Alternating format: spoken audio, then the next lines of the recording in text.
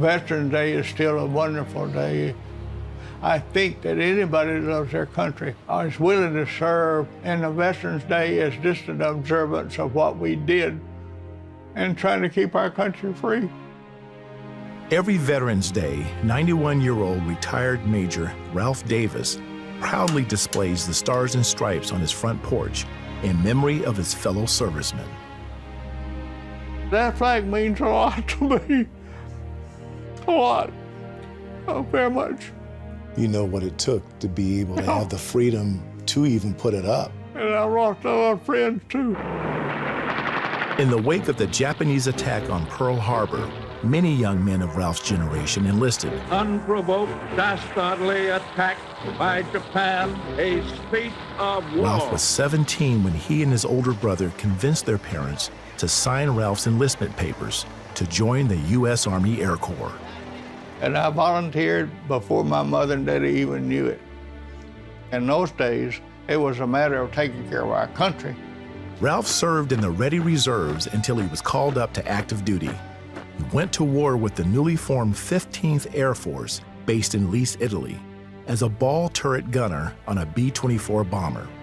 Most of the time, I didn't see anything except the ground below me. I could tell if our mission had been successful by the flames or the smoke that we dropped our bombs. The long-range bomber groups flew deep into Nazi-occupied Europe, dropping their 1,000-ton payloads on key military targets to cripple Hitler's war machine. They were constantly under enemy ground fire. One airman said the flak was so heavy you could walk across it. They had an accurate shot. There were 6 guns usually in one place. They were called a battery. And a battery, when they opened up on you, you know you was going to get hit 5 more times. And every time it did, the plane did this. You could hear it hit, knocking holes in it. The engineer told us that day, I believe it was 42 or 43 holes. The bombers on the outside of the formations were the most vulnerable to attack from the German Luftwaffe. The losses mounted. This is the tail of our airplane. They came in this direction, and they come in a circle like this, in other words, and none of them ever came down this way. To fend off the attacks, American fighter pilots escorted the missions. Ralph's 343rd Squadron of the 98th Bomber Group was often defended by the then little-known fighter squadron of all-black pilots known as the Tuskegee Airmen. And that's where those Tuskegee Airmen came in. I mean, they were good. We flew time and again, and they never let anything bother us.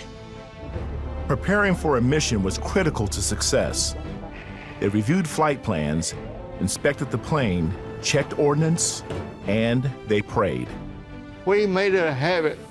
When we got in possible danger or anything, we talked to the Lord before we went. Ralph carried a new Bible, and he memorized scriptures for strength and comfort. What was the scripture that really was important to you? It's the 91st Psalm, the 11th verse, and that's the one that's in my pocket here right now. He will put his angels in charge of you, and they will watch over you wherever you go. I believe it. I know it's true. Were you aware of that when it was happening, that the Lord was really with you? Yes, I knew it. Every time I took off, I prayed to the Lord. Every time I got back, I gave him thanks. The airmen were well aware of the stakes. If accurate, their bomb raids could hasten the end of the war. They flew for love of country and out of tremendous respect for the men fighting and dying on the ground. I've had friends that landed on D-Day and walked all the way across France and Germany. And the people that was on the ground was digging foxholes in the snow and everything else. I was amazed, at least when I got home, I feel that night I had a place to sleep.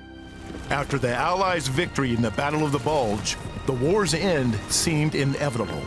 But in President Roosevelt's fireside chat to the nation on January 6, 1945, he reminded the troops that everything we are, everything we have, is at stake. Our losses will be heavy, but we and our allies will go on fighting together to ultimate total victory.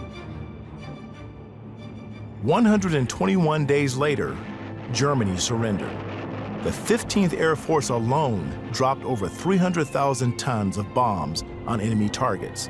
They also lost over 3,300 planes where more than 21,000 airmen made the ultimate sacrifice. We would either live or die together.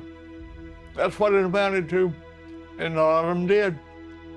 I was up there to protect our people, protect our country. Yes, sir. Ralph's crew flew 22 successful missions. I am still this day amazed that the Lord took care of us without a scratch. Not a one of us on that 10-man crew got hurt. After World War II, the Air Force sent Ralph to college, and he became an officer.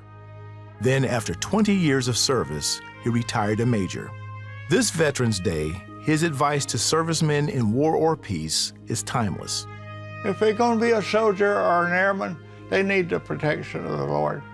And that is the main thing that you can do. There's nothing else you can do. You're called. My country means all to me.